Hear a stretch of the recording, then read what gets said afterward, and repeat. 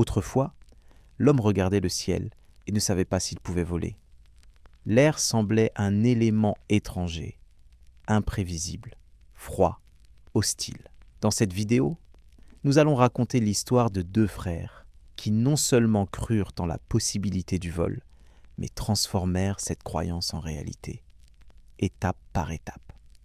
Vous découvrirez comment ils construisirent les premiers planeurs au milieu du sable et du vent. Comment ils découvrirent que les calculs des savants précédents étaient erronés.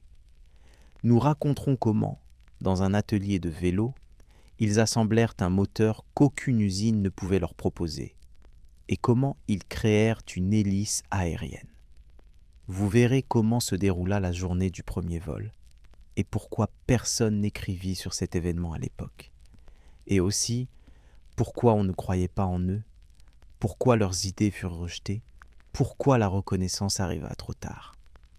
Ce n'est pas simplement l'histoire de l'homme qui s'envola, c'est l'histoire de la précision, de l'obstination et de la patience, et du vent qui, un jour, cessa d'être l'ennemi. Mettez un like, abonnez-vous à la chaîne et profitez bien de cette histoire. Les récits pour dormir sortent ici chaque jour. Dans une petite maison au coin de la rue Hawthorne, dans la ville de Dayton, État de l'Ohio, à la fin du XIXe siècle, grandissaient deux garçons dont les noms allaient bientôt être connus du monde entier. Wilbur et Orville Wright naquirent dans une famille où le livre et l'outil avaient une valeur égale et où la curiosité était encouragée autant que la discipline. Leur père, Milton Wright, était évêque de l'Église des Frères Unis, un homme de principe, instruit et étonnamment ouvert aux idées nouvelles. Malgré sa rigueur, il ne limitait pas ses enfants dans la lecture, encourageait les questions et croyait que l'esprit devait se développer librement, même si les pensées allaient à l'encontre des conventions. La bibliothèque de Milton occupait une pièce entière et comprenait des centaines de volumes. Les ouvrages théologiques côtoyaient des livres d'astronomie, de géographie, de biologie, de technique. Les garçons, dès leur plus jeune âge, passaient des heures assis par terre entre les étagères, feuilletant des pages qu'ils ne comprenaient pas toujours, mais qu'ils cherchaient toujours à déchiffrer. Leur mère, Suzanne, était une femme à l'esprit inhabituel pour son époque. Dotée d'une intuition d'ingénieur et de main ferme, elle ne se contentait pas de gérer le ménage, mais fabriquait elle-même des jouets, réparait les meubles, maniait les scies et les étaux avec autant d'adresse qu'une aiguille et du fil. Dès l'enfance, Wilbur observa comment elle démontait un moulin à café, remplaçait un engrenage et le remontait, vérifiant la précision du mécanisme. Suzanne ne faisait pas de cela des leçons, elle vivait simplement ainsi. Et cette aisance avec laquelle une femme tenait des outils influença profondément les deux fils. Ils grandissaient dans une maison où l'invention n'était pas considérée comme un miracle, mais comme une partie de la vie quotidienne. Un jour, en revenant d'un de ses voyages, leur père apporta à ses fils un cadeau, un petit hélicoptère volant. Il était construit selon le principe d'un modèle proposé par un inventeur français et mis en mouvement par un élastique enroulé autour d'un axe. Les frères regardèrent l'objet s'élever vers le plafond et s'immobiliser dans l'air avant de redescendre lentement. Ce moment fut décisif. Plus tard, ils se souvinrent que c'était à ce moment-là qu'ils commencèrent à réfléchir pour la première fois à la manière dont le vol fonctionnait. Ils ne se contentèrent pas de jouer avec le modèle, ils commencèrent à le démonter, à le copier, à construire leur propre version en papier et en bois, testant différentes proportions et angles. Quand Wilbur avait un peu plus de 20 ans et Orville environ 16 ans, ils commencèrent à travailler dans l'imprimerie. Orville était passionné depuis l'enfance par l'imprimerie. Il construisit sa propre presse manuelle à partir de vieilles pièces, de débris de meubles et d'éléments chauffants. Les frères lancèrent un journal scolaire, puis un magazine illustré local, s'occupant à la fois de la mise en page, de l'édition et de l'impression. Ce travail les habitua à la précision. Il fallait appliquer l'encre uniformément, ne pas perdre le rythme, surveiller l'uniformité de l'impression, tenir compte de l'humidité du papier.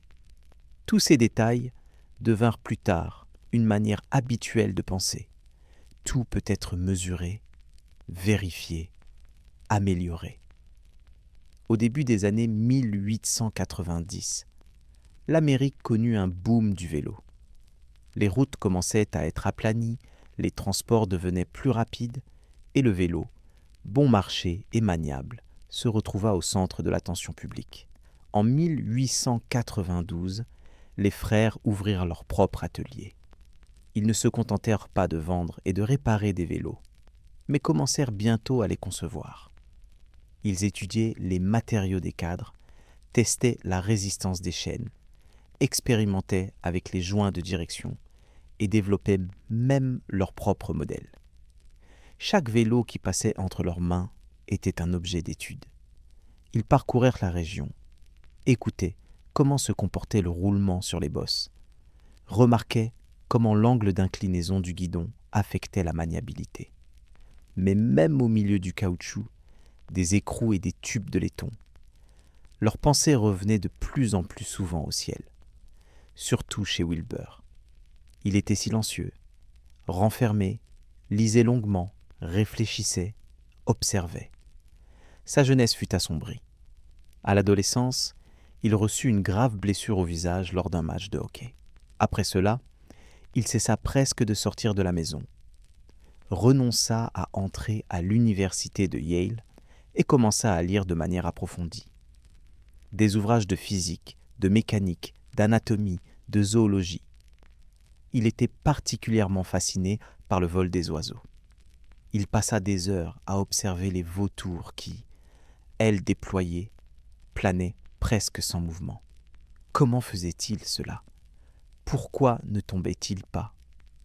Où se trouvait dans leur mouvement le point d'équilibre ?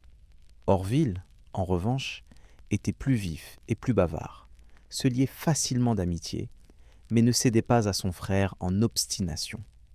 Ils se disputaient souvent, mais revenaient toujours au travail commun. Leurs points de vue se complétaient.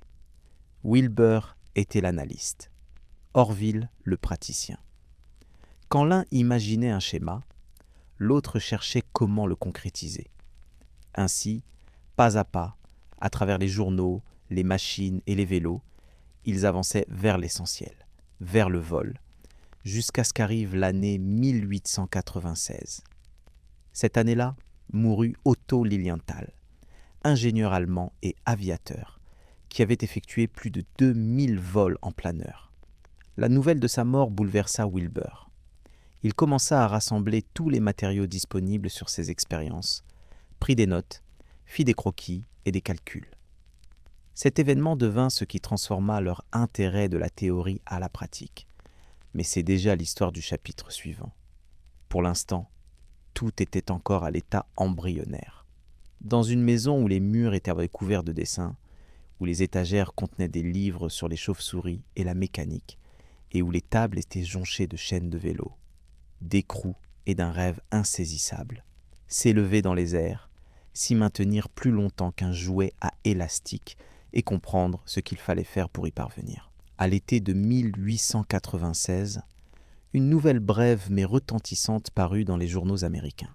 En Allemagne était mort Otto Lilienthal, ingénieur, entrepreneur, l'un des premiers hommes à s'être élevé systématiquement et de façon répétée dans les airs sur des planeurs qu'il avait lui-même conçus. Sa mort devint pour Wilbur Wright non pas simplement un épisode tragique de l'histoire de l'aéronautique, mais le moment décisif où la curiosité se transforma en détermination. Il trouva dans la bibliothèque de son père un vieux article sur Lilienthal, le relut plusieurs fois et, sans dire un mot, s'assit à son bureau. Quelques jours plus tard, il écrivit une lettre à l'Institut Smithsonien, la plus grande institution scientifique du pays, demandant l'envoi de tout matériel sur le vol mécanique, en particulier les travaux de Lilienthal lui-même. Une semaine plus tard, il reçut une réponse. Les employés de l'Institut lui envoyèrent une sélection de travaux sur l'aviation, dont des traductions des rapports de Lilienthal, des articles de l'ingénieur américain Chanute et des mentions de tentatives plus anciennes, incluant les expériences de l'inventeur anglais George Cayley. À partir de ce moment, l'espace de travail des frères commença à changer rapidement. Sur les murs où étaient autrefois accrochés des schémas de cadres de vélo, apparurent des dessins d'ailes et des tableaux de calcul de portance. Sur les tables, outre les clés et les chaînes, se trouvaient des formules, des esquisses, des calculs.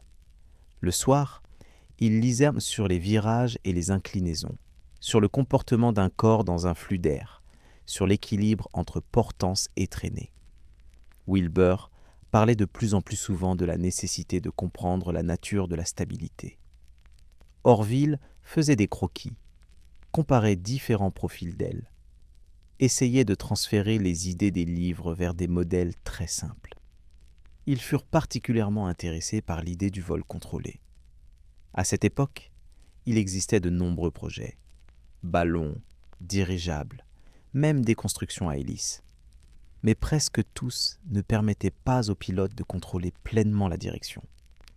Otto Lilienthal et ses successeurs s'étaient concentrés sur les planeurs, des appareils sans moteur capables de glisser dans l'air grâce au vent et à la forme de l'aile. C'est cette direction qui sembla aux frères la plus réaliste pour commencer. Ils commencèrent par quelque chose de simple, la construction d'un cerf-volant.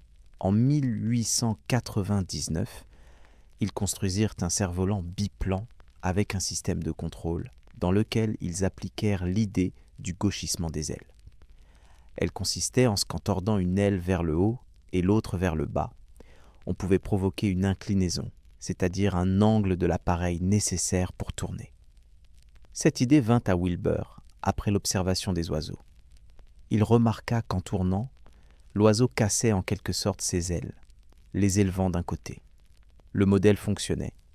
Lors des essais, le cerf-volant réagissait aux commandes et maintenait sa stabilité dans l'air.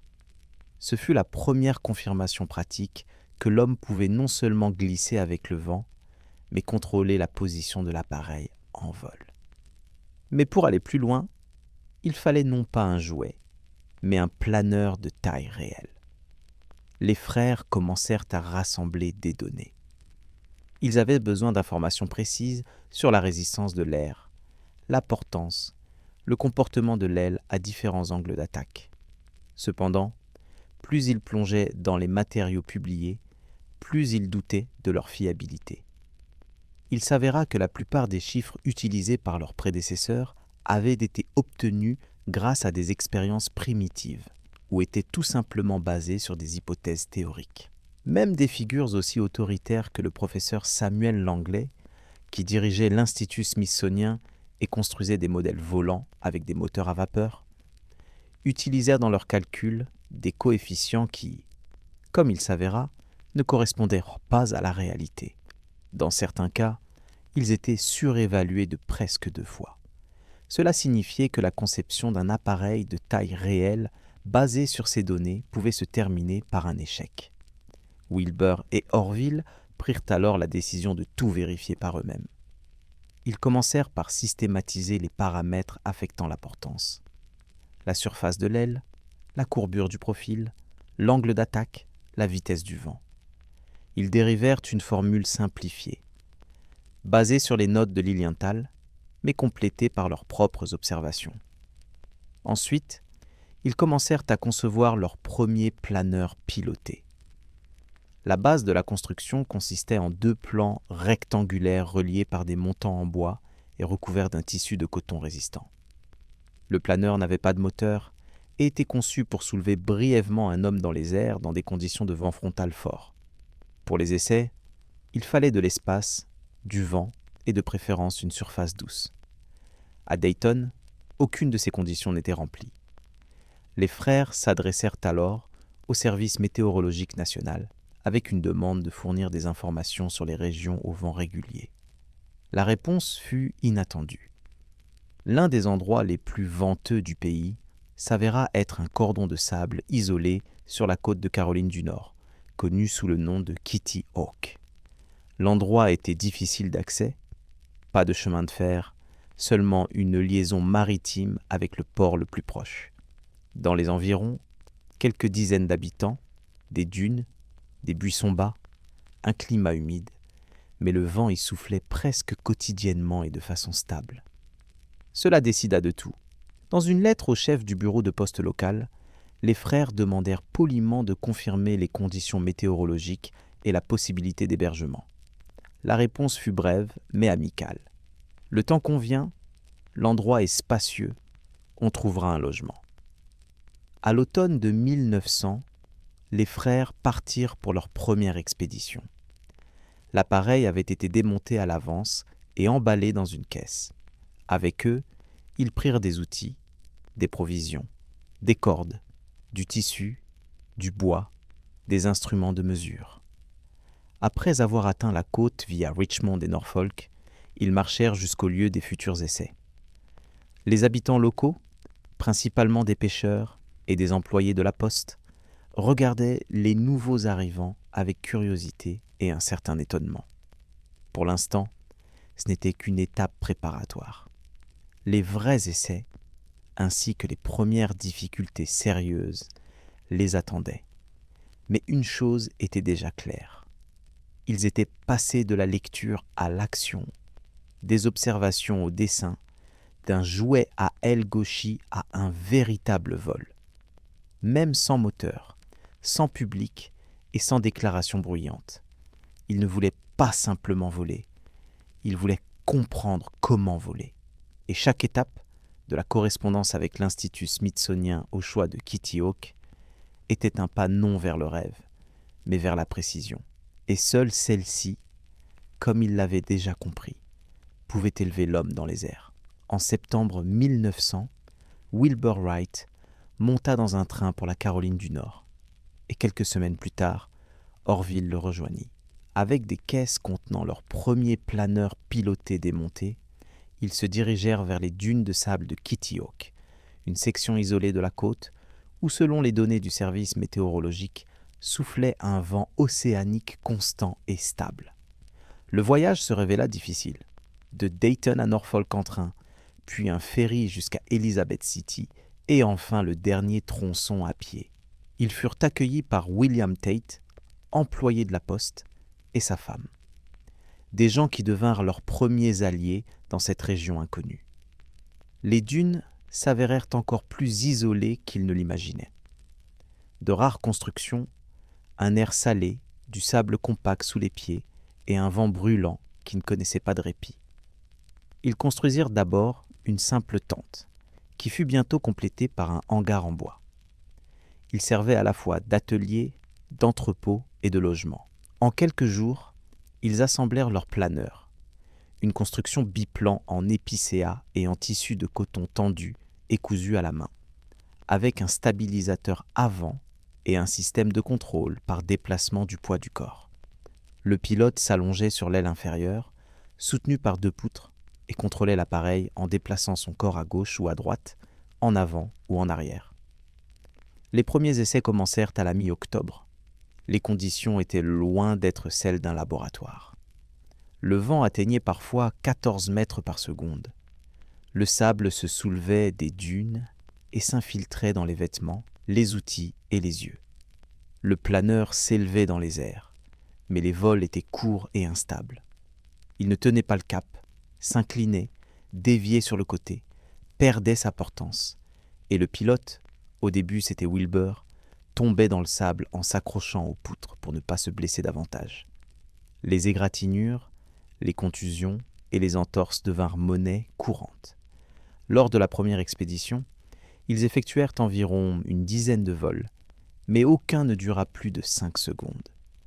La distance maximale était d'environ 30 pieds. Néanmoins, même dans ces courts essais, ils obtenaient une masse d'informations. Chaque soir, ils retournaient au dessin et aux notes. Ils enregistraient la force du vent, l'angle de lancement, le comportement du stabilisateur, la réaction à la déviation. Ils comprirent que l'efficacité de l'aile s'avéra inférieure aux attentes et la portance considérablement plus faible que celle calculée. Mais la plus grande déception fut le contrôle. Le gauchissement des ailes, et le stabilisateur avant fonctionnaient faiblement. Le pilote n'avait pas le temps de corriger l'inclinaison ou le piqué avant que l'appareil ne perde de l'altitude. En 1901, ils revinrent avec un nouveau planeur, augmentant l'envergure à 22 pieds et modifiant la géométrie du stabilisateur. Mais le problème ne fit que s'aggraver.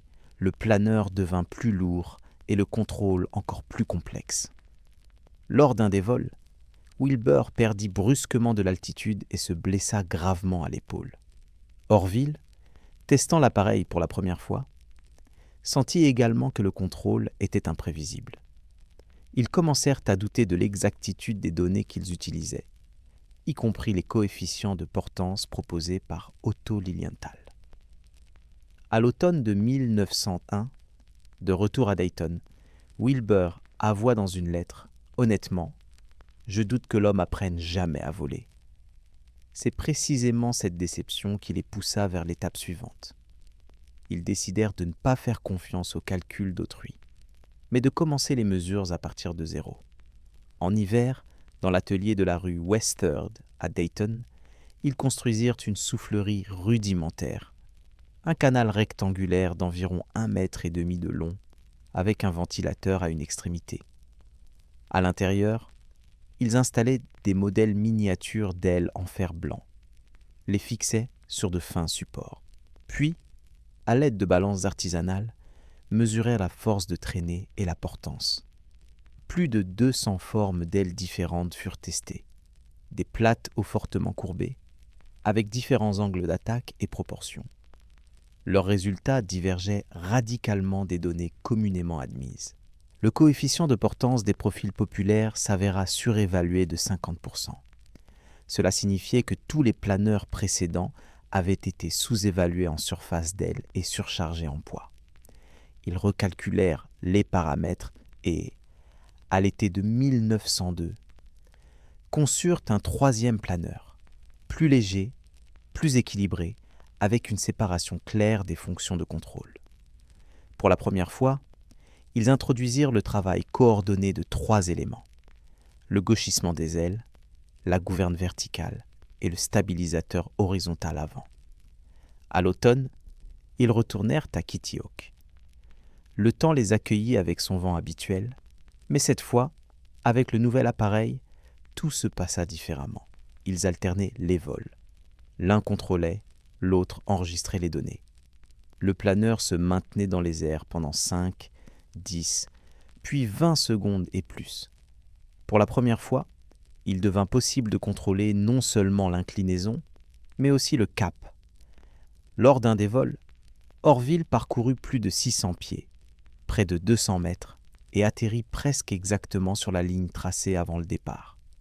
Pour la première fois, ils sentirent que l'appareil obéissait, que l'homme dans les airs pouvait non seulement glisser, mais choisir la direction, l'angle et le moment de l'atterrissage. À la fin de la saison de 1902, ils avaient effectué plus de 1000 vols. Les chocs, les erreurs et les échecs furent remplacés par la confiance. Ils avaient prouvé en pratique qu'il était possible de construire un appareil plus lourd que l'air qui vole de façon stable et obéit au contrôle. Mais l'étape suivante était évidente. Pour que le vol devienne réel, il fallait un moteur.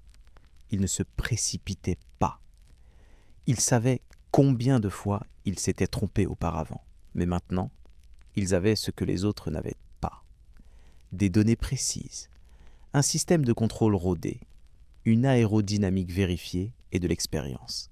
De nombreux mois de travail dans le sable sous le soleil brûlant et dans le vent pénétrant avaient transformé les théoriciens en ingénieurs. Pendant qu'ils rassemblaient leurs outils et planifiaient la nouvelle étape, le ciel au-dessus de Kitty Hawk ne semblait plus hostile. Il était devenu une tâche à laquelle ils s'approchaient comme de tout autre, avec une règle, un carnet et de la patience. Quand, à la fin de 1902, les frères White retournèrent à Dayton après une saison réussie de vol en planeur. Ils savaient déjà avec certitude que la clé de l'étape suivante résidait dans le moteur. Ils avaient entre les mains un planeur contrôlable et stable. Pour qu'il devienne un véritable avion, il fallait non seulement se maintenir dans les airs, mais décoller de façon autonome, sans l'aide d'une dune et d'un vent de face. Au début de 1903, ils entreprirent la recherche d'un moteur. Sur le marché existaient de nombreux moteurs pour bateaux, pompes et machines agricoles. Mais tous étaient soit trop lourds, soit ne possédèrent pas la puissance nécessaire.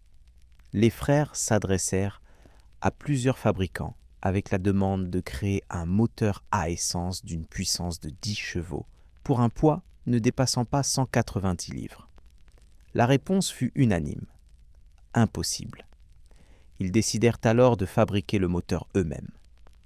L'aide vint de Charlie Taylor, mécanicien de leur atelier de vélo. Il n'avait pas de formation technique formelle, mais possédait une combinaison rare de patience, de débrouillardise et de mains habiles. Dans l'arrière-boutique du magasin, ils installèrent un tour simple, préparèrent les matériaux. Acier, laiton, aluminium, et se mirent au travail. La décision d'utiliser un bloc-cylindre en aluminium fut une étape importante. Cela réduisit considérablement la masse de l'ensemble. Au printemps de 1903, le moteur était prêt. C'était un moteur à 4 cylindres refroidis par eau. Il développait environ 12 chevaux et pesait un peu moins de 180 livres. Exactement ce qu'il fallait pour le vol. Le carburateur était artisanal, le système d'alimentation en carburant extrêmement simple. Tout fut testé sur place.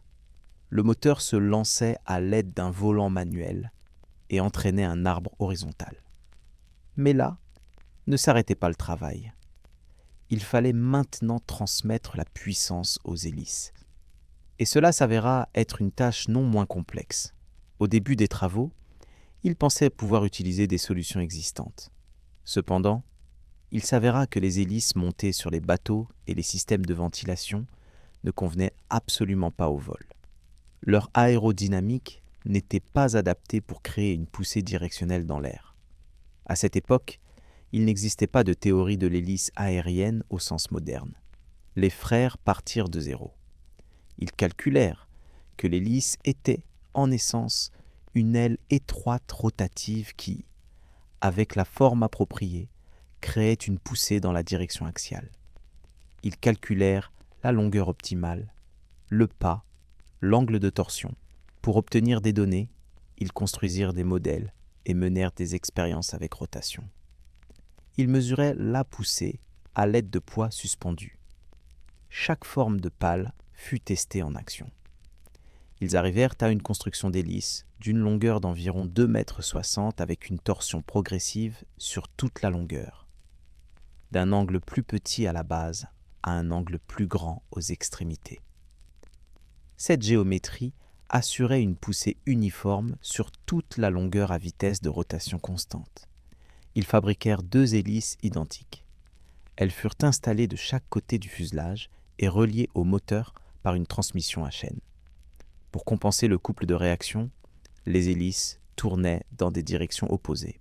La transmission du couple était organisée par des chaînes croisées, rappelant celles des vélos, mais renforcées et calculées pour de grandes charges. Le mécanisme exigeait de la précision. Les maillons ne devaient pas s'affaisser, les axes ne devaient pas avoir de jeu, et la tension ne devait pas se rompre lors des vibrations. Chaque élément était tourné ou retravaillé à la main. Le travail sur les hélices et la transmission dura plus longtemps que la construction du moteur lui-même. Chaque jour dans l'atelier, Charlie, Orville et Wilbur comparaient les calculs, revérifiaient les charges, corrigeaient les déplacements, remplaçaient les pièces. Ils testaient tout à vide, puis sous charge, puis avec l'assemblage complet. Simultanément, ils travaillaient sur une nouvelle modification du planeur. Ce n'était plus simplement un appareil de vol plané, mais un prototype d'avion. Le fuselage fut renforcé, les ailes consolidées par des haubans diagonaux, le tissu tendu de la même manière. Le stabilisateur avant devint plus rigide, le contrôle plus précis. Au lieu d'un siège, à nouveau une position allongée pour le pilote. Cela réduisait la résistance à l'air. Il comprenait que maintenant la masse de l'appareil avait presque doublé. Avec le pilote, Le moteur, la structure et le carburant, la construction pesait environ 275 kg. Pour que l'appareil décolle du sol, tout devait fonctionner parfaitement. Les ailes, les hélices et la poussée. Aucun élément ne fut emprunté à quelqu'un d'autre. Tout l'avion, de l'hélice à la transmission tensiométrique, était leur propre construction, née non dans une usine, mais dans un modeste atelier où les vélos côtoyaient des morceaux de bois, des outils et des piles de dessins. Ils ne firent pas de déclarations bruyantes, n'invitèrent pas les journaux, ne cherchèrent pas d'investisseurs. Ils voulaient prouver non au monde, mais à eux-mêmes, que l'homme pouvait s'envoler, mais le prouver seulement quand tout serait prêt. Début novembre 1903, ils emballèrent à nouveau l'appareil dans une caisse et l'envoyèrent à Kitty Hawk. Charlie Taylor les suivit pour réparer le moteur si nécessaire. Ils arrivèrent là-bas 2 semaines avant Noël. Les jours passaient à assembler, régler, ajuster, et le vent ne se stabilisait toujours pas. Mais il ne se précipitait pas. Ils connaissaient le prix de la précipitation. Tout ce qui pouvait être vérifié, ils le vérifièrent. Tout ce qui pouvait être calculé, ils le calculèrent. Les hélices tournaient, le moteur fonctionnait, l'appareil était prêt. Mais l'air restait encore une masse impossible à soulever. Et lui seul pouvait donner la réponse définitive. Le matin du 17 décembre, 1903 commença froid et venteux. Le vent de l'Atlantique soufflait par rafales, soulevant du sable fin et cinglant les visages d'un air glacial. La température se maintenait juste au-dessus de zéro, et le ciel était densément couvert de nuages. Mais le vent était approprié, stable, du nord-est, avec une vitesse d'environ 27 miles par heure. Et les frères savaient que c'était leur meilleure chance. L'appareil avait été assemblé 1 semaine auparavant. Les frères étaient arrivés à Kitty Hawk début décembre et en quelques jours avaient restauré et retravaillé la machine endommagée lors des essais précédents. Maintenant, le flyer reposait sur 2 rails de 18 mètres de long, posés directement sur le sable tassé. Le poids de la construction était d'environ 274 kg. C'était un appareil volant biplan avec une envergure d'environ 12 mètres, une structure en épicéa, un tissu de mousseline tendu et cousu. Le pilote se plaçait en position allongée sur l'aile inférieure, contrôlant le vol à l'aide de manettes et de câbles, commandant simultanément le gauchissement des ailes, le stabilisateur horizontal avant et la gouverne de direction verticale. Le moteur à 4 cylindres, à essence d'une puissance d'environ 12 chevaux, était installé à droite du pilote, et 2 hélices en bois de plus de 2,50 mètres de long étaient placées derrière l'aile, reliées au moteur par une transmission à chaîne. Les hélices tournèrent dans des directions opposées pour compenser le moment de rotation. Tout le système était non standard, développé à partir de zéro, des hélices à la transmission. L'aide au lancement fut fournie par 5 habitants locaux, des sauveteurs du poste de patrouille le plus proche et un pêcheur. Ils avaient été invités à l'avance et aidèrent à installer les rails de guidage, et devaient également témoigner de la tentative. L'appareil photo fut installé par Orville sur un trépied. L'exposition se faisait manuellement en appuyant sur une poire en caoutchouc reliée à l'obturateur par un tube. La première tentative eut lieu 3 jours plus tôt, le 14 décembre. C'était alors Wilbur qui était aux commandes. L'appareil décolla des rails trop brusquement, perdit de la vitesse, piqua du nez et heurta le sol. Le revêtement et l'une des poutres furent endommagés. Le vol dura seulement 3 secondes. Après réparation, les frères convinrent que cette fois, ce serait Orville qui volerait en premier. À 10h35 du matin, le 17 décembre, tout était prêt. Orville prit sa place, s'allongea dans l'appareil, attacha les sangles, vérifia les commandes. Wilbur tenait l'une des extrémités de l'aile pour que la machine ne bascule pas à cause d'une rafale de vent avant le départ. Quand tout fut vérifié, le moteur fut lancé à l'aide du volant. et les hélices commencèrent à tourner. L'appareil commença à se déplacer sur les rails. D'abord lentement, puis plus vite, et quelques secondes plus tard, il décolla du sol. Il volait. L'altitude était faible, environ 3 mètres. Le vol dura seulement 12 secondes. Pendant ce temps, le flyer parcourut 120 pieds, soit 36 mètres et demi. Le contrôle était difficile. L'appareil oscillait, tirait sur le côté.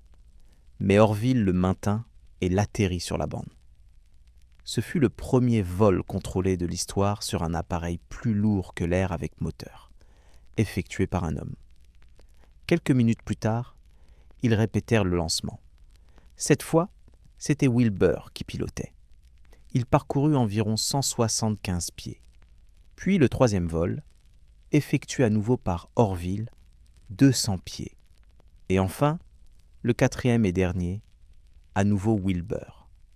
Il parcourut 852 pieds, 260 mètres, en 59 secondes. Ce fut le vol le plus long et le plus assuré de la journée. À l'atterrissage, l'appareil heurta violemment le sable. Les patins se brisèrent, et lors de la tentative de le ramener au point de départ, une forte rafale de vent renversa le flyer, endommageant les ailes. L'appareil ne pouvait être réparé. La photographie prise lors du premier vol fixa le moment du décollage. On y voit le flyer dans les airs, Orville à l'intérieur et Wilbur courant à côté, venant de lâcher le bord de l'aile. Cette image deviendra plus tard une icône de l'aviation, mais ce jour-là, elle ne reçut aucune attention. Après les vols, les frères envoyèrent un télégramme à leur père à Dayton. Il disait « 4 vols jeudi matin, tous réussis. Le plus long 59 secondes. Appareil légèrement endommagé. Rentrons pour Noël. » Les journaux, ayant reçu la nouvelle, réagirent à peine. Seul le Virginian Pilot de Norfolk publia une brève note dans laquelle il confondit les noms et exagéra la distance du vol de plusieurs fois. Les grands journaux ne crurent pas ou ignorèrent le message. Ni la société de presse, ni le New York Times n'envoyèrent de correspondant. À cette époque, de telles déclarations arrivaient régulièrement et aucune n'avait encore été confirmée par les faits. Pour les frères eux-mêmes, ce n'était pas un triomphe, c'était une étape. Ils ne considéraient pas avoir atteint la fin. Les conditions étaient difficiles, la construction fragile et les vols courts. Mais ils savaient l'essentiel. L'appareil motorisé, construit par eux de leurs propres mains, s'était réellement élevé dans les airs et était contrôlé par un homme. Il ne dépendait pas du vent. Il pouvait répéter son mouvement. Il démonterait le flyer, le ramènerait à Dayton et, à partir de janvier 1904, commencerait à travailler sur un nouveau modèle amélioré. Il serait de plus en plus confronté non à des difficultés techniques, mais à des difficultés humaines. La méfiance, le doute, les attentes de sensations. Mais le 17 décembre, personne ne savait encore que ce court vol n'était pas simplement un saut depuis les rails, mais le début d'une nouvelle ère. Pas immédiatement, pas bruyamment, pas avec des ovations, mais avec précision, avec calcul, avec le vent sous l'aile et un homme aux commandes. Quand Orville et Wilbur rentrèrent chez eux après les vols à Kitty Hawk, ils ne virent sur le quai ni reporters, ni représentants de sociétés scientifiques, ni même simplement 2 curieux. Une lettre de leur père avec des félicitations les attendait dans la cuisine, sur la table habituelle, à côté de coupures de journaux dans lesquelles on ne parlait toujours pas d'eux. Le premier vol contrôlé avec moteur, effectué le 17 décembre 1903, passa presque inaperçu. Au lieu de déclarations et de récits dans la presse, ils se renfermèrent à nouveau dans l'atelier. Dès janvier 1904, ils commencèrent à construire un nouvel appareil qui reçut le nom de Flyer numéro 2. Cette fois, les frères louèrent un terrain à Huffman Prairie, à quelques kilomètres à l'ouest de Dayton. Là, parmi les prairies et les champs de maïs, ils érigèrent un hangar en bois, construisirent une catapulte de démarrage avec un mât et un contrepoids, et entreprirent des vols d'entraînement. Au cours de l'année, ils effectuèrent plusieurs dizaines de sorties, s'efforçant d'amener la technique au niveau d'un pilotage assuré et reproductible. C'est à cette étape qu'ils apprirent à faire tourner l'appareil dans les airs, à corriger le cap, à revenir au point de départ. À l'été de cette même année, Wilbur boucla pour la première fois un cercle, volant en arc et posant l'appareil presque au même point d'où il avait décollé. En 1905, ils construisirent le Flyer numéro 3, considérablement plus stable et contrôlable. Il avait un système de gouverne retravaillé et devint le premier appareil volant adapté au vol de longue durée. À l'automne, Wilbur passa 38 minutes dans les airs, parcourant environ 24 miles. Ce vol fut le point culminant de tout leur travail d'ingénierie précoce. Mais même alors, personne de la presse n'était présent. Tous les vols étaient enregistrés par eux-mêmes dans des journaux avec des chronomètres et parfois en présence de quelques amis ou fermiers locaux. Au début de 1905, ils déposèrent une demande de brevet pour leur système de contrôle, combinant le gauchissement des ailes, les gouvernes verticales et horizontales. Cette solution, qui rendit le vol contrôlable, ils la considéraient à juste titre comme la percée technique principale. Le brevet fut approuvé en 1906, presque 3 ans après le dépôt. Jusqu'à ce moment, ils évitaient les démonstrations publiques, craignant que quelqu'un ne copie leur système sans en avoir le droit légal. À cette même époque, ils commencèrent à correspondre avec des clients potentiels. Le premier destinataire fut le ministère de la Guerre des États-Unis. Mais à Washington, leurs propositions furent accueillies sans intérêt. La lettre envoyée par les frères resta sans réponse concrète. En Europe, la situation n'était pas meilleure. Les constructeurs, les ingénieurs, les fonctionnaires entendaient parler des Wright, mais personne ne les avait vus voler. La réputation d'imposteurs, déjà solidement attachée à de nombreux aéronautes, s'étendait à eux également. Pendant ce temps, en France, d'autres noms apparaissaient. En octobre 1906, l'ingénieur brésilien Alberto Santos Dumont effectua un vol de démonstration à Paris. Le vol fut court, seulement 60 mètres, mais il se déroula sous les yeux d'une commission de l'Aéroclub de France, et il fut immédiatement reconnu comme le premier vol officiel d'avion. Les journaux écrivirent sur lui comme sur un pionnier. Les Wright observaient en silence. Leur principe restait le même. Pas de démonstration publique sans contrat signé. Ils continuaient la correspondance avec l'armée américaine, avec les autorités britanniques, avec des industriels français. Dans tous les cas, les conditions étaient les mêmes. D'abord le contrat, ensuite le vol. Cela repoussait les partenaires potentiels. En Europe, on les accusait de repli sur soi, en Amérique d'obstination. En 1907, Wilbur se rendit à Paris. Il mena des négociations avec des investisseurs français et des membres du club d'aviation. Il ne montra pas l'avion, ne révéla pas les plans, n'accepta pas de faire des démonstrations. Pendant ce temps, Orville restait à Dayton, où il modernisait la construction et surveillait les procédures de brevet. Enfin, en 1908, les frères obtinrent gain de cause. L'armée américaine accepta de signer un contrat pour la livraison d'un appareil volant à condition d'une démonstration réussie. Et simultanément, une entreprise française conclut un accord pour des vols publics au Mans. Le moment arriva où il n'était plus possible de se cacher. À l'été de 1908, Wilbur commença une série de vols en France. Au début, le public le traitait avec ironie.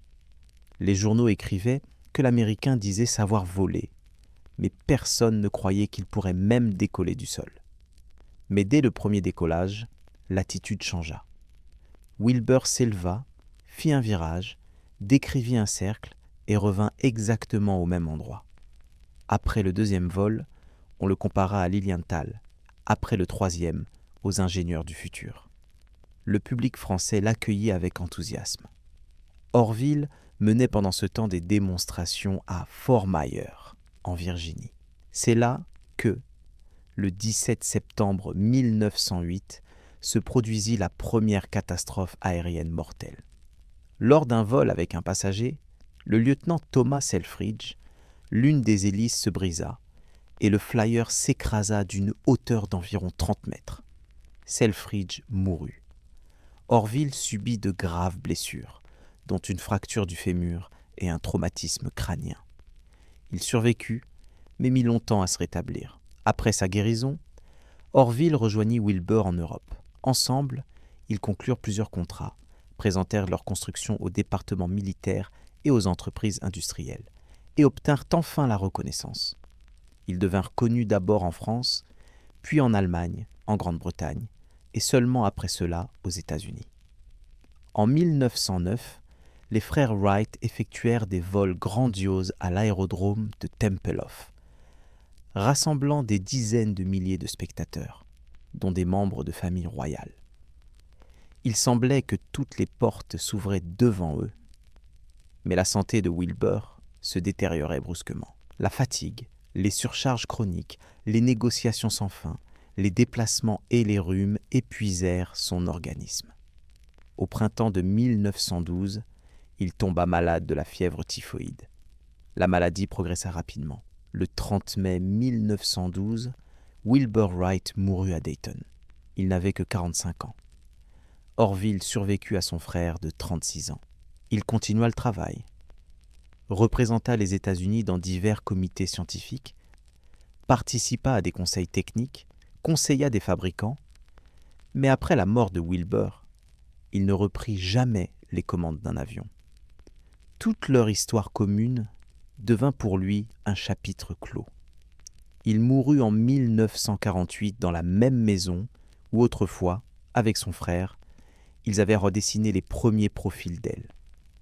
Leur réalisation était maintenant étudiée dans les écoles, les musées et les instituts. Mais le chemin vers cette reconnaissance s'avéra long, inégal et plein de travail silencieux, loin des rédactions, des investisseurs et de la scène. Le chemin du premier décollage à la gloire mondiale prit non pas des années, mais des décennies, et il contenait autant de calculs précis que de refus, autant de vols que d'incompréhensions, autant de faits que de doutes. Mais c'est précisément cela qui rendit leur histoire véritablement solide. Quand Orville Wright mourut en 1948, les États-Unis étaient déjà un pays où opéraient des dizaines de compagnies aériennes, où des avions de ligne transatlantique volaient dans le ciel, et où en Europe rugissaient des chasseurs à réaction. Il mourut dans un monde où le vol aérien n'était pas un miracle, mais un horaire. Dans un monde où le mot avion ne nécessitait plus d'explication. Il vécut la Première Guerre mondiale et la Seconde. Il vécut les vols à une altitude de 10 km, les vols de nuit, les aéroports et les spectacles aériens.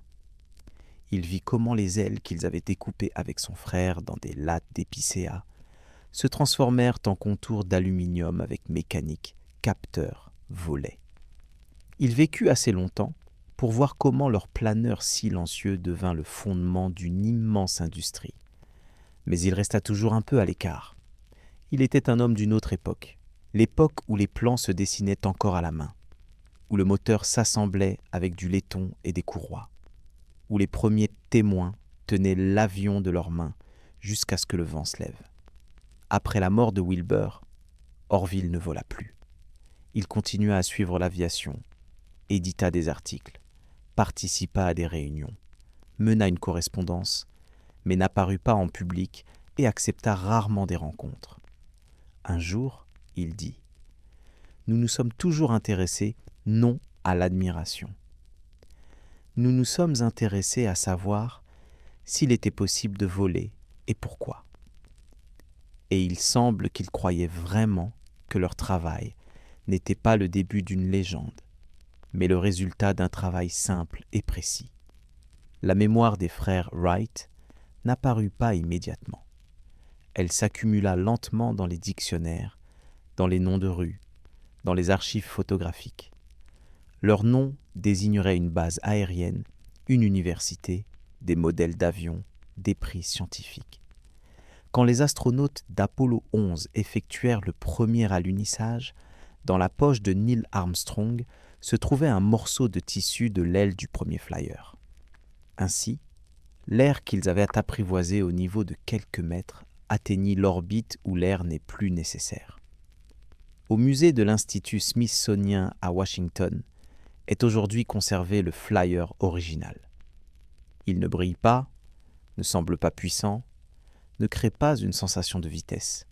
Il est petit, fragile, presque transparent, comme le prototype de quelque chose de plus grand, comme le brouillon d'une idée sur laquelle grandit ensuite tout un siècle. Mais si l'on regarde attentivement le tissu tendu, la structure, les cordes entrecroisées, cela devient clair. Il volait sans bruit, sans tribune, sans signal de départ. Et c'est là toute la vérité. Leur histoire n'est pas celle de l'homme qui s'envola, mais de celui qui le fit lui-même, sans modèle, sans financement, sans privilège, seulement avec la tête, les mains et la patience, et avec le vent qu'il fallait non pas surmonter mais comprendre. Et quand tout réussit, ils continuèrent simplement à travailler, parce que le plus important pour eux s'était déjà produit. Ils firent ce qui semblait impossible et s'en éloignèrent calmement, sans se retourner, ne laissant derrière eux qu'un chemin et une trace dans le sable, celle que même le vent océanique n'effaça pas. Mais cette trace, bien qu'invisible aux yeux de la foule pendant des années, portait en elle quelque chose de plus profond que la simple démonstration de force ou de courage. Elle contenait la méthodologie de la pensée, la conviction que chaque problème peut être décomposé en parties, que chaque partie peut être testée, que chaque erreur peut être corrigée. Il ne cherchait pas la gloire, il cherchait la vérité. Et cette vérité, froide, mesurable, reproductible, devint le fondement sur lequel s'élevèrent toutes les machines volantes du XXe siècle. Wilbur et Orville n'étaient ni des génies solitaires, ni des rêveurs romantiques. Ils étaient des artisans méticuleux qui transformèrent l'acte du vol d'un fantasme ancien en un fait technique vérifiable. Ils ne niaient pas les travaux de leurs prédécesseurs, mais ils ne leur faisaient pas confiance aveuglément. Ils lisaient, puis mesuraient. Ils admiraient les oiseaux, puis construisaient des souffleries. Ils écoutaient les théories, puis brisaient les planeurs dans le sable. Chaque chute était une donnée, chaque blessure, une correction. Chaque seconde dans l'air, une confirmation. Leur approche n'était pas spectaculaire, elle était cumulative. Année après année, vol après vol, note après note. Ils ne révolutionnèrent pas l'aviation en un seul jour glorieux. Ils la construisirent par fragments, la testèrent par éléments, la perfectionnèrent par itération. Et quand enfin l'ensemble fonctionna, quand le moteur tourna, quand l'hélice poussa, quand l'aile porta et quand l'homme guida, ils ne crièrent pas victoire. Ils notèrent les données, réparèrent les dégâts et planifièrent le vol suivant. Pendant des années après ce 17 décembre, le monde ne les crut pas. Les journaux les ignorèrent, les scientifiques doutèrent, les gouvernements hésitèrent. Même lorsqu'ils volaient régulièrement à Huffman Prairie, même lorsqu'ils parcouraient des kilomètres en cercle contrôlé, l'opinion publique restait sceptique. Certains disaient qu'ils mentaient. D'autres affirmaient que leur vol n'était que des sauts assistés par le vent. D'autres encore prétendaient qu'ils cachaient leur méthode pour des raisons mercantiles. Et dans un sens, ces derniers avaient raison. Les frères protégeaient leur invention non par orgueil, mais par prudence. Ils savaient que sans protection juridique, leur travail pourrait être copié, dilué, détourné. Ils voulaient être payés non pour leur célébrité, mais pour leur contribution. Ils voulaient que le monde reconnaisse non leur nom, mais leur méthode. Cette insistance sur le contrat avant la démonstration leur coûta cher. Pendant que Wilbur négociait en Europe, d'autres construisaient et volaient. Alberto Santos Dumont devint célèbre à Paris. Henry Farman battit des records de distance. Louis Blériot traversa la Manche. Tous ces hommes reçurent des honneurs, des médailles, des invitations. Pendant ce temps, les Wright restaient dans l'ombre, connus seulement d'un cercle restreint d'initiés. Mais quand enfin ils acceptèrent de montrer ce qu'ils savaient faire, l'effet fut foudroyant. Les vols de Wilbur au Mans en 1908 stupéfièrent l'Europe. Les spectateurs virent un contrôle qu'ils n'avaient jamais imaginé. Des virages serrés, des cercles complets, des atterrissages précis. Ce n'était pas un saut chanceux, c'était du pilotage. Et la différence était évidente même pour les non-spécialistes. Les journaux qui les avaient ignorés les saluèrent maintenant comme des maîtres. Les ingénieurs qui avaient douté admirent leur avance technique. Les gouvernements qui avaient refusé leurs offres revinrent avec des contrats. Mais cette reconnaissance tardive eut un goût amer. Wilbur, épuisé par les voyages, les négociations, les démonstrations et les procès en brevet, ne profita jamais pleinement du succès. Sa mort en 1912, à 45 ans, priva le monde de l'un de ses esprits les plus méthodiques. Orville continua, mais sans son frère, le travail perdit une partie de son sens.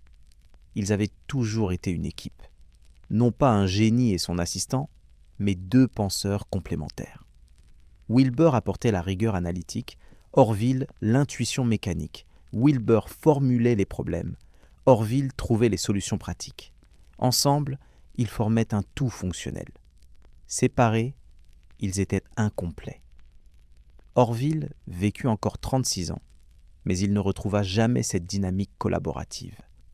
Il devint un gardien de mémoire, un défenseur de leur héritage, un témoin de l'explosion de l'industrie qu'ils avaient initiée. Mais il ne fut plus un innovateur. L'histoire retint leur nom, mais elle simplifia souvent leur parcours. On les présenta comme des inventeurs de génie qui conquirent le ciel par intuition. On oublia les milliers d'heures passées à mesurer, calculer, tester. On négligea les échecs répétés, les planeurs brisés, les os fracturés.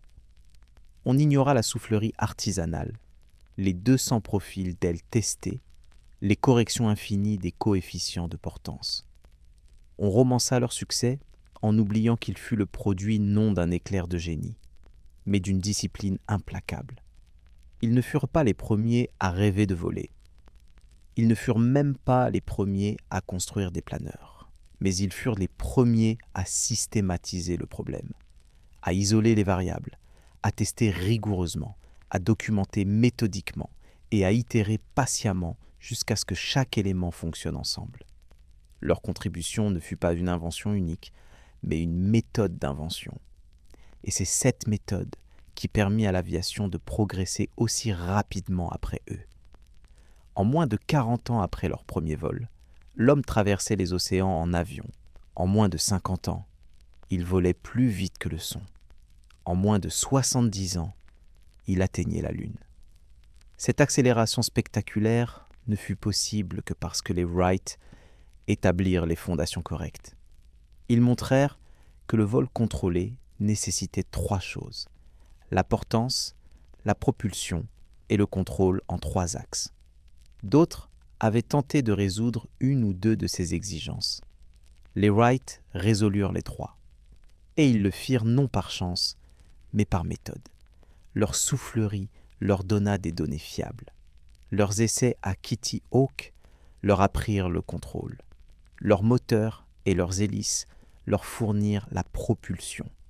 Et leur système de gauchissement des ailes, combiné aux gouvernes, leur permit de piloter l'appareil dans toutes les directions. Sans ce système de contrôle, l'aviation n'aurait été qu'une série de sauts incontrôlés. Avec lui, elle devint un moyen de transport viable. Les procès en brevet qui suivirent furent amers. D'autres constructeurs, en Europe et en Amérique, utilisèrent des variantes de leur système sans payer de royalties. Les Wright passèrent des années à défendre leurs droits, dans des tribunaux, dans des correspondances, dans des débats publics. Certains les accusèrent de freiner le progrès en imposant des redevances. D'autres affirmèrent qu'ils n'avaient rien inventé de fondamental, que d'autres auraient dû arriver au même résultat. Ces controverses épuisèrent Wilbur et assombrirent les dernières années de sa vie. Orville, après la mort de son frère, vendit finalement leurs droits et se retira progressivement de la scène publique. Il avait assez fait. Il avait assez prouvé. Il n'avait plus besoin de convaincre personne. Le ciel était désormais rempli d'avions, et chacun d'eux, qu'ils le reconnaissent ou non, devait quelque chose aux frères Wright. Dans les décennies qui suivirent, l'aviation devint ce qu'elle est aujourd'hui, une industrie colossale, un outil militaire décisif, un mode de transport essentiel. Les avions de ligne traversent les continents en quelques heures. Les chasseurs volent à des vitesses supersoniques. Les drones patrouillent sans pilote. Les hélicoptères sauvent des vies dans des terrains impossibles. Les fusées quittent l'atmosphère. Tout cela découle, directement ou indirectement, du travail méthodique de 2 hommes dans un atelier de vélo à Dayton. Ils ne firent pas tout cela seuls, évidemment.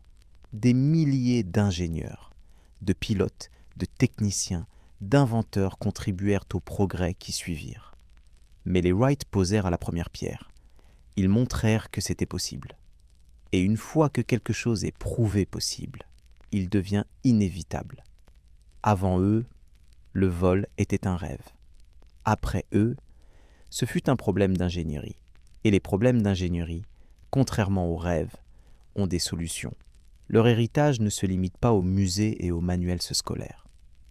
Il vit dans chaque avion qui décolle, dans chaque pilote qui apprend à contrôler un appareil en 3 axes, dans chaque ingénieur qui teste ses hypothèses avant de construire, dans chaque entrepreneur qui protège ses innovations. Les Wright enseignèrent au monde que l'audace sans méthode n'est que témérité, et que la méthode sans audace n'est que timidité. Ils combinèrent les deux. Ils osèrent croire que l'homme pouvait voler, et ils eurent la rigueur de prouver comment. Cette combinaison, rare et précieuse, est ce qui les distingue non seulement de leurs contemporains, mais de presque tous les inventeurs de l'histoire. Ils ne furent pas les plus brillants théoriciens de leur époque. Ils ne furent pas les plus riches d'entrepreneurs. Ils ne furent pas les plus célèbres personnalités publiques. Mais ils furent les plus méthodiques, les plus patients, les plus obstinés. Et dans le domaine de l'invention, ces qualités valent plus que le génie. Aujourd'hui, quand nous voyons un avion dans le ciel, nous y pensons rarement. C'est devenu banal. Un vol transatlantique est moins remarqué qu'un retard de train. Les enfants montent dans des avions sans émerveillement, comme ils monteraient dans un bus. L'extraordinaire est devenu ordinaire. Et c'est peut-être le plus grand compliment que l'on puisse faire aux frères Wright. Ils transformèrent l'impossible en normal. Ils prirent un rêve vieux, comme l'humanité, et en firent une réalité si robuste, si fiable, si reproductible, qu'elle finit par sembler évidente. Mais elle ne l'était pas. Elle ne l'est toujours pas. Chaque fois qu'un avion s'élève dans les airs, il défie la gravité. Il fait quelque chose que la nature n'a donné qu'aux oiseaux et aux insectes. Et il le fait parce que 2 hommes, il y a plus d'1 siècle, décidèrent que cela devait être possible et travaillèrent jusqu'à ce que ce le soit. Leur histoire est une leçon sur la valeur de la persévérance, sur l'importance de tester plutôt que de supposer, sur la nécessité de documenter, de mesurer, de corriger, sur la sagesse de protéger ses innovations tout en les partageant avec le monde, sur le courage de défendre ses idées face au scepticisme et au ridicule, sur l'humilité de reconnaître ses erreurs et de recommencer, et sur la satisfaction finalement de voir son travail reconnu non par des applaudissements, mais par son adoption universelle. Les Wright ne construisirent pas un empire commercial. Ils ne fondèrent pas de compagnie aérienne. Ils ne devinrent pas millionnaires. Mais ils changèrent le monde de manière plus profonde que la plupart de ceux qui y parvinrent. Ils donnèrent à l'humanité la capacité de voler. Et cette capacité, une fois acquise, ne peut plus être retirée.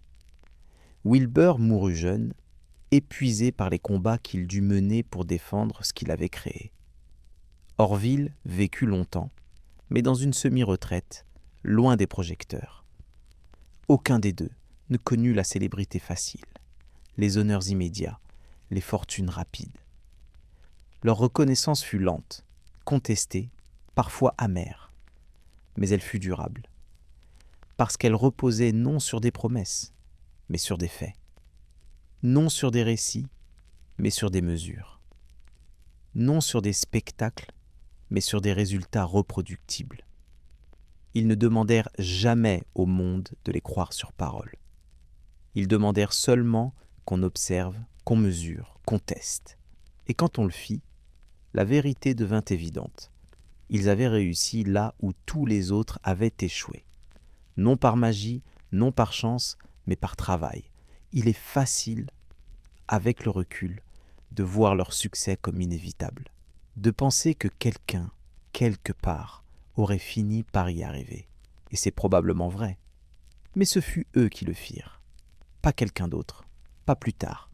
Eux, à ce moment-là, de cette manière, et la manière compte. Parce que leur méthode devint la méthode.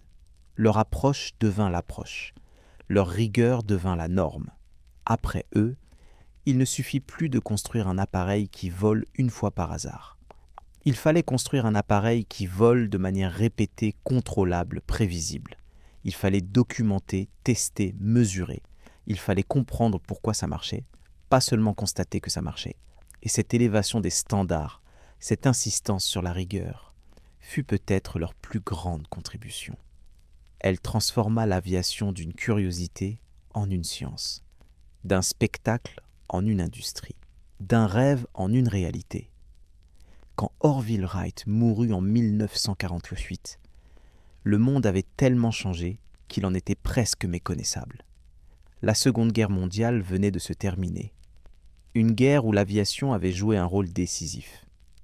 Les bombardiers avaient détruit des villes entières. Les chasseurs avaient dominé les batailles. Les avions de transport avaient ravitaillé des armées.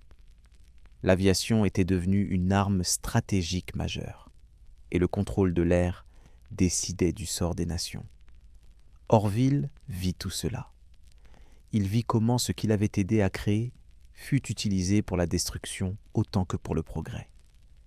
Il vit des millions de personnes mourir dans des bombardements aériens. Il vit des villes brûlées sous les raids. Il vit l'arme atomique larguée d'un avion. On ne sait pas ce qu'il pensa de tout cela. Il parlait peu en public dans ces dernières années. Il ne fit pas de déclaration morale sur l'usage de l'aviation dans la guerre. Il ne se lamenta pas sur les conséquences imprévues de son invention.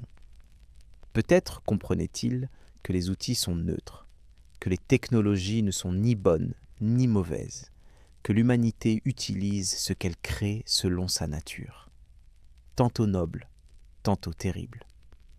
Ou peut-être était-il simplement fatigué de voir son travail déformé, commercialisé, militarisé, fatigué de défendre des brevets, de corriger des erreurs historiques, de répondre aux sceptiques, fatigué d'être un symbole quand il voulait simplement être un ingénieur. Quoi qu'il en soit, il se retira. Il laissa le monde avancer sans lui.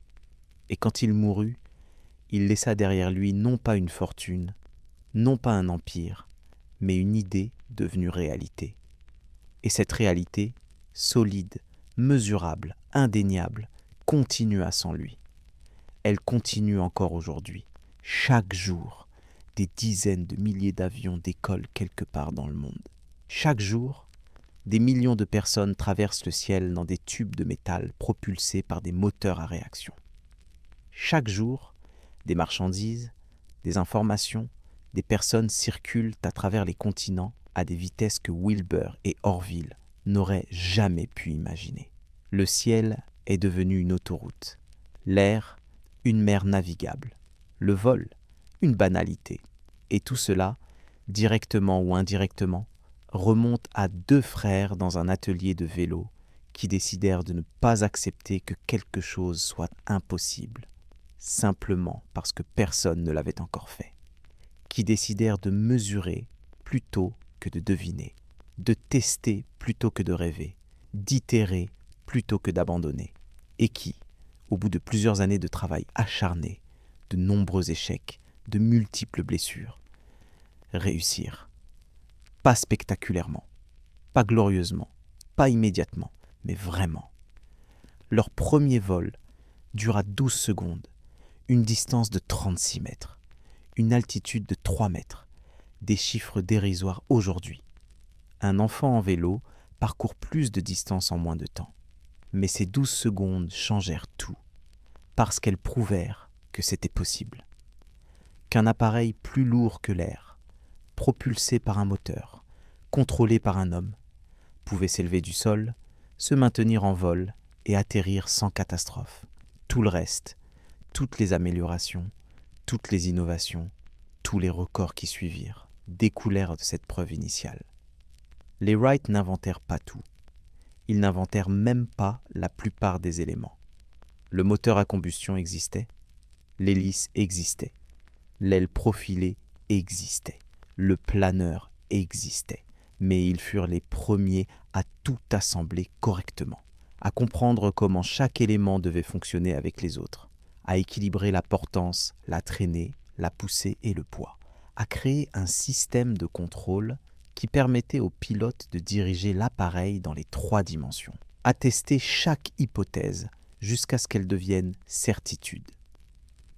Leur génie ne fut pas dans une idée unique et brillante, mais dans une accumulation de petites idées correctes, dans le refus d'accepter les données inexactes, dans la construction d'une soufflerie quand les données disponibles se révélèrent fausses, dans le choix de Kitty Hawk pour ses vents constants, dans la décision de commencer avec des planeurs avant d'ajouter un moteur, dans l'invention du gauchissement des ailes pour le contrôle latéral, dans la conception d'hélices basée sur des principes aérodynamiques plutôt que sur des suppositions, dans la fabrication d'un moteur sur mesure quand aucun fabricant ne pouvait répondre à leurs besoins, dans la documentation méticuleuse de chaque essai, dans la patience de revenir année après année malgré les échecs, dans la conviction que chaque problème avait une solution si on y travaillait assez longtemps. Cette philosophie, cet état d'esprit, est leur véritable héritage. Plus que n'importe quel appareil spécifique, plus que n'importe quel brevet, plus que n'importe quel record. Ils montrèrent qu'un problème apparemment insurmontable pouvait être résolu par une décomposition méthodique en sous-problèmes gérables, que l'expérimentation systématique valait mieux que la théorie non testée, que l'échec n'était pas une raison d'abandonner, mais une source d'information, que l'humilité devant les faits importait plus que l'attachement aux idées préconçues. Ces principes, aujourd'hui enseignés dans toutes les écoles d'ingénierie, furent incarnés par les Wright avant d'être formalisés. Ils les pratiquèrent instinctivement, non par doctrine, mais par nécessité, parce qu'ils n'avaient pas le luxe de l'erreur, parce qu'ils travaillaient seuls, sans soutien institutionnel, sans financement généreux, sans équipe de spécialistes. Ils ne pouvaient compter que sur eux-mêmes. Et donc, ils devinrent meilleurs que quiconque dans ce qu'ils faisaient. Leur isolement, souvent présenté comme un choix étrange, fut peut-être leur force. Ils ne furent pas distraits par les modes intellectuels. Ils ne perdirent pas de temps à défendre leur réputation dans des cercles académiques. Ils ne furent pas ralentis par des bureaucraties ou des comités. Ils décidaient, ils construisaient, ils testaient, ils corrigeaient. Rapidement, efficacement, sans intermédiaire. Cette liberté d'action, combinée à leur rigueur personnelle, leur donna un avantage sur des équipes plus grandes et mieux financées. Samuel Langley, directeur de l'Institut Smithsonien, disposait de 50 000 $ du gouvernement américain pour construire un aéroplane. Les Wright dépensèrent moins de 1 000 $ de leur propre argent. Langley avait des assistants, des ateliers, des ressources. Les Wright avaient Charlie Taylor et un hangar. Langley échoua. Les Wright réussirent, parce que l'argent et les ressources ne remplacent pas la méthode et la détermination. Cette leçon reste vraie aujourd'hui. Dans un monde obsédé par les financements, les équipes, les infrastructures, il est facile d'oublier que les percées viennent souvent de petits groupes travaillant avec acharnement sur des problèmes bien définis. Les Wright le prouvèrent. Ils ne révolutionnèrent pas l'aviation en déployant des moyens colossaux. Ils la révolutionnèrent en réfléchissant mieux, en travaillant plus dur, en testant plus rigoureusement. Et cette approche, accessible à quiconque possède l'intelligence et la volonté, demeure le chemin le plus sûr vers l'innovation. Pas le seul, mais le plus fiable, parce qu'elle ne dépend pas de la chance, du génie ou des circonstances. Elle dépend du travail. Et le travail, contrairement au génie, peut être choisi. Les frères Wright choisirent de travailler pendant des années, dans des conditions difficiles, sans reconnaissance, sans garantie de succès. Ils choisirent de mesurer quand d'autres spéculaient, de construire quand d'autres débattaient, de voler quand d'autres rêvaient. Et ce choix, répété jour après jour, vol après vol, correction après correction, les mena finalement à la réussite. Non pas une réussite spectaculaire et immédiate, mais une réussite solide et durable. Le genre de réussite qui change le monde non par proclamation, mais par démonstration, non par promesse, mais par livraison, non par théorie, mais par fait. Et les faits, une fois établis, ne peuvent être niés. On peut les ignorer temporairement, on peut douter de leur interprétation, on peut en minimiser l'importance, mais on ne peut les effacer. Le 17 décembre 1903, un appareil plus lourd que l'air, motorisé et contrôlé par un homme, s'éleva du sol et vola pendant 12 secondes. C'est un fait. Et ce fait changea tout. Aujourd'hui, plus d'un siècle plus tard, nous vivons dans un monde que les Wright rendirent possible. Un monde où l'on peut déjeuner à Paris et dîner à New York, où des millions de tonnes de marchandises traversent les océans par les airs, où les urgences médicales sont traitées grâce à des évacuations aériennes, où les satellites, lancés par des fusées qui sont les descendants conceptuels de leur travail, permettent des communications globales instantanées, où l'exploration spatiale, prolongement ultime de leur quête, a porté l'homme sur la Lune et ses machines aux confins du système solaire. Rien de tout cela n'aurait été possible sans leur contribution.